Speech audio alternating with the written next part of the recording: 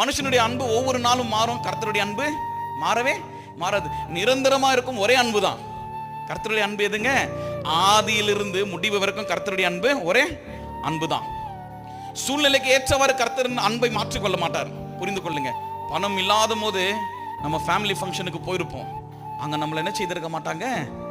மதிச்சிருக்க மாட்டாங்க. ஏன்? நம்ம இடத்துல என்ன இல்லைங்க? பணம் இல்லை. அதே பணத்தோட செல்வாக்கோடு நம்ம போகும்போது அவர்களுடைய அன்பு என்ன செய்துங்க? உடனே நம்ம இது வெளிப்படுகிறது. ஹல்லேலூயா. இதுதான் மனுஷனுடைய அன்பு. நம்ம கர்த்தருக்கென்று ஏதோ ஒன்று செய்தோம், அதனால கர்த்தர் நம்ம நேசிக்கிறார் என்பது உண்மை அல்ல. நாம் செய்தாலும் செய்யாமல் போனாலும் நம் மீது அளவற்ற அன்பை வைத்திருக்கிற தேவன் அவர். ஹல்லேலூயா, ஆமென்.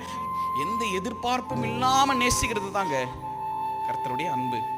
நீ கொடுத்தாலும் கொடுக்காமல் போனாலும் கர்த்தர் நம்மை நேசிக்கிறவராக இருக்கிறார். ஹல்லேலூயா. That is God's love for everybody.